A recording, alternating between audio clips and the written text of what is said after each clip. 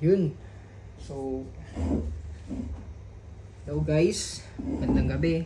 So, kakain na naman tayo. So, galing tayong trabaho and yun. Late na tayo ulit nakakain kasi namalingki pa tayo, nagluto. So, ito yung niluto natin guys. Napaka-healthy yan. So, kain tayo. Gusto ko lang batiin yung mga nanonood dyan. Saan sulok man kayo ng mundo ng Pilipinas.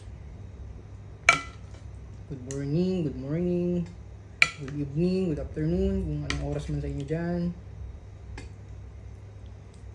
So, kumusta ang araw natin? Sarap to guys. Yan o. Yan.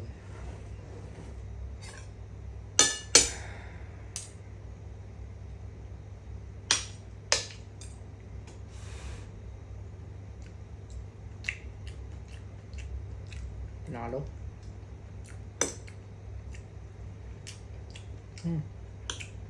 The best.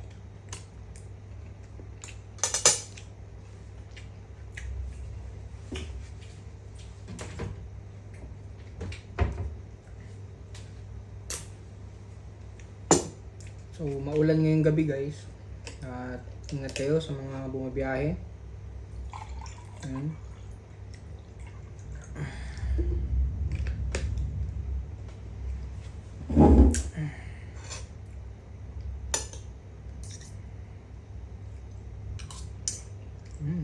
Sarap.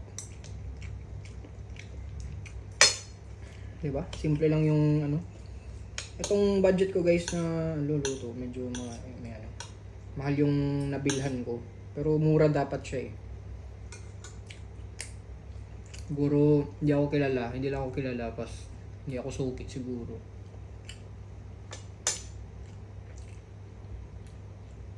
Kasi ang mahal ng ano.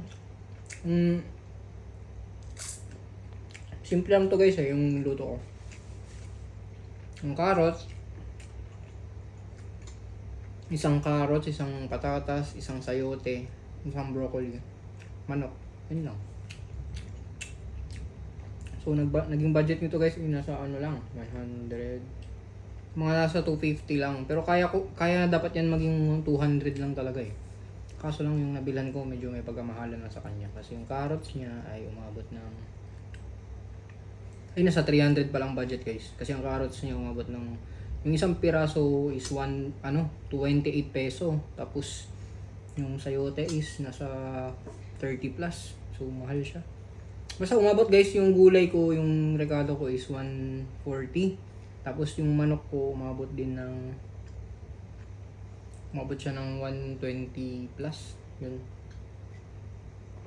Kasi dalawang hiwa ng quarter leg. So yun. Hanggang ano na to guys, hanggang almusal, hanggang tanghalian na to bukas. Tapos kung parang kaya rin siyang hanggang hapunan. So yun. Ngayon yung budget friendly natin na budget na ulam na healthy. So try nyo yung ganitong diskarte. Talagang effective siya guys kung hindi kayo masyadong, kung gusto nyo mag-ipon, don't try nyo kasi magiging ulam nyo to for one day bukas. Kasi magluluto ako ng night. So dinner, ang sakop niya is breakfast, lunch, dinner ulit. Yun. So buong araw. So kung kakain ka sa karinderya, mga nasa 100 yung meal mo. Makakatipid ka nito ng mga nasa 70 to parang 100 ang matipid mo. Kasi yung meal mo yung meal mo 100 per meal lang eh. 100 yung meal mo, doon ka pa mabubusog, wala pang extra rice doon. So ganun.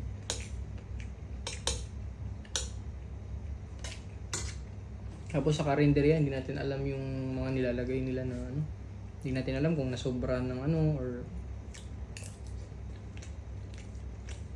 ito guys, kahit kahit alam kong wala siyang asin, ang nagpapalasa lang sa kanya is yung natural lang niya na may konting ano lang, oyster, tapos yung cubes. Yun lang talaga. Kasi yun, pag masarap daw, yun daw yung maraming nilalagay. So, yun yung sabi-sabi. So, ano yun guys, hindi natin alam kung healthy ba talaga, ang masarap.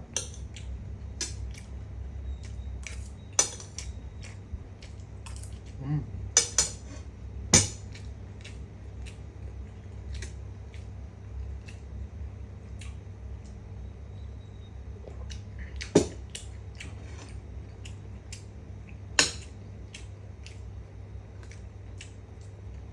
Mm. Sarap.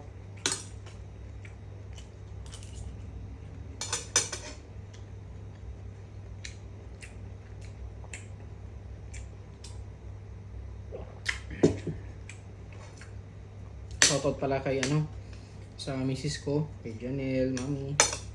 So, ito na naman tayo. Namimiss ko sila guys kasi doon kami nakakapag-banding talaga yung sa pagluluto tsaka sa pagkakain.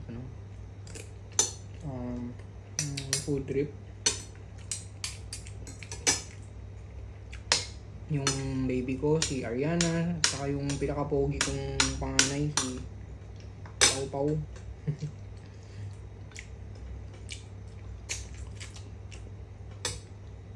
Kasi November pa ako makakauwi ng probinsya guys eh.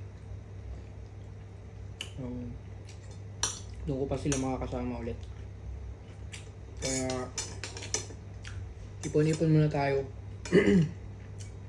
para hindi tayo mapahiya. Magbigay tayo ng time and effort sa kanila habang nakabakasyon. Pasyal natin sila. Kumain sa labas, magbanding. Sa kanila yung nakalaan yung mga iniipon ko.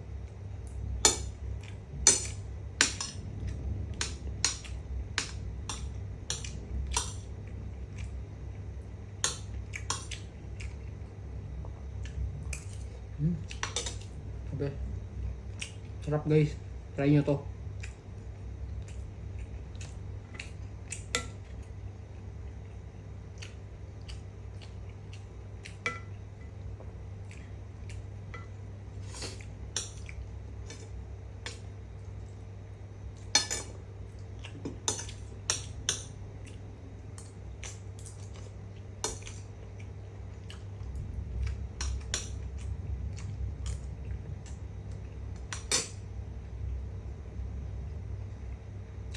Gutom na gutom talaga guys.